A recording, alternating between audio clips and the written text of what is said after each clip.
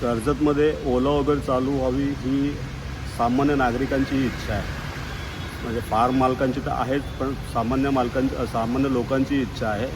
कसं होतं की कर्जतमधून जर एखाद्या व्यक्तीला काही कामानिमित्त मुंबई पुण्याकडे जायचं असेल तर दुर्दैवाने स्थानिक जे टॅक्सी चालक आहेत ते 3,000 3,500 4,000 असं कुठल्याही कितीही भाडं आकारतात आणि मग त्या माणसाची गैरसोय होते.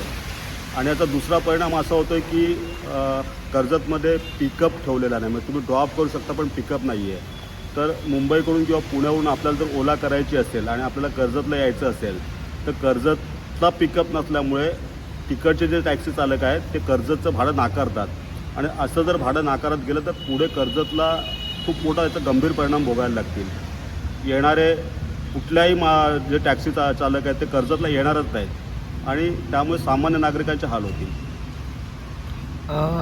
यामध्ये काही येथील जे चालक आहेत, म्हणजे जे चालक मालक संघटना आहेत, त्यांनी बॅनरबाजी केलेली आहे. त्यामुळे मुंबईतील ते टॅक्सी चालक या ठिकाणी ओला उबेरची येत नाहीत. तर आपण कशा पद्धतीने आवाहन करणार? कसं आहे माहिती आहे की आत्ता हे स्पर्धेचं युग आहे. माझी स्थानिक टॅक्सी चालकांनाही विनंती असेल की आपण स्पर्धेमध्ये उतरलं पाहिजे. सगळ्याच क्षेत्रामध्ये स्पर्धा आहे आणि आपल्याला जर असं वाटत असेल की आम्हाला इकडे घरी बसून कोण धंदा देईल तर तसं होत नाही. आपण जर पाहिलं असेल तर UP बिहारवाले अख्ख्या देशात कुठेही जातात, जो मिळेल तो व्यवसाय करतात. आता ओला उबेरच्या क्षेत्राचं जरी पकडलं तरी ते लोक दिवस रात्र याची तबा न बाळगता त्या ठिकाणी व्यवसाय करीत असतात. परंतु दुर्दैवाने आपला जो माणूस आहे, स्थानिक लोक आहे, स्थानिक लोकांना घराच्या बाहेर पडायचं नाही. आमची त्यांना विनंती राहील की आपण ओला उबेरला जॉईन व्हावं आणि आपणही धंदा करावा. आपल्या स्थानिक तुम्ही आहात, तुम्हाला रोजगार मिळायलाच पाहिजे, याच्यात कुठलंही दुमत नाही. परंतु तुम्ही फक्त कर्जतपुरता मर्यादित का राहताय? तुम्ही बाहेर पडा, मुंबईला जा, पुण्याला जा, तिकडनं भाडी आणा. फार मोठ्या प्रमाणामध्ये कर्जतमध्ये टॅक्सीवाले आहेत. माझ्या माहितीप्रमाणे 400, 500, 600, 1000 टॅक्सीवाले आहेत.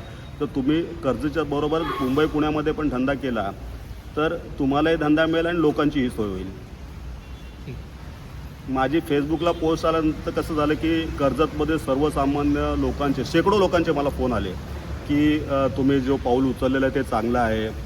आमची हिंमत नव्हती, कोणीतरी एकाने ती हिंमत दाखवली. तुमच्या रूपाने तुम्ही हिंमत दाखवली, तर तुम्ही याचा पाठपुरावा करा. आणि ते होत असताना मला काही टॅक्सी चालकांचेही फोन आले. थोडंसं त्यांचं भाषा धमकीची किंवा मगरुरीची भाषा होती. तर असं चालत नाही की आपण म्हणतो ज्या गावच्या बोरी त्याच गावच्या बाबळी.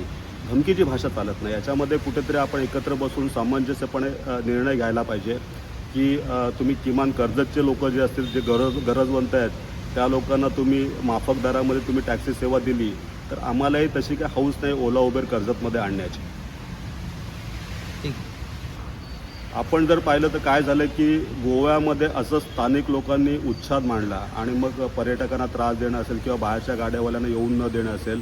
आता कसं झालं की आता या स्पर्धेच्या युगामध्ये किंवा सोशल मीडियाच्या युगामध्ये लोक जे असेल त्याचे फोटो काढतात किंवा इंस्टाग्रामला मग त्याची व्हिडिओ क्लिप काढतात आणि टाकतात. त्यामुळे आपण पाहिलं असेल तर गोव्याच्या पर्यटनावरती खूप मोठ्या प्रमाणामध्ये आता घट झालेली आहे.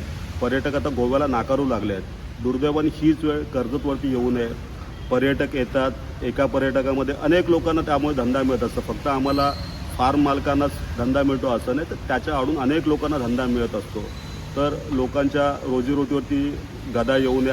आपला धंदा व्हायला पाहिजे याच्यात दुमत नाही, पण लोकांचे इतरांचे म्हणजे जे पर्यटकांवरती अवलंबून असणारे धंदे आहेत त्यांच्या व्यवसायावरती गदा येऊ नये. त्याकरता माझी विनंती राहील कर्जतमधल्या सगळ्या टॅक्सी मालकांना की आपण ओला उबेर जॉईन करावं. आता रॅपिडो असेल, ओला उबेर हे कर्जतमध्ये यायलाच पाहिजेत. आपण नाही येणार आणि आम्ही त्यांना येऊन देणार असं बोलून चालणार नाही. ठीक.